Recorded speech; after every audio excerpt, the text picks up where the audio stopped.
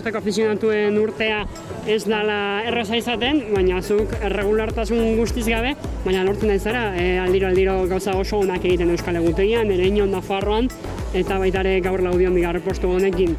Lasterketa gogorra da, batez ere malku hartu asko balintzatu du, eta gero mainerako malda nola juntzaizu?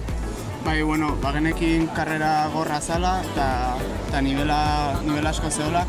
Eta, bueno, hasieran Gabri sartu de lehenengo korte hortan, eta gero pelotian lasaitasun horrekin, beti atento juten itezean kortei. Eta, bueno, azkeneko bueltan respaldizako errepetxoa eta gero erostarbekin eta beste bost launekin hueko egin deu, eta bueno, malko hartun saiatu naiz aurrea egiten, ezin izan dut, atzetik harrapati bat egoran, eta bueno, gero azkeneko errepetxoan alnuna, esprinean tope eta jazta bigarrena.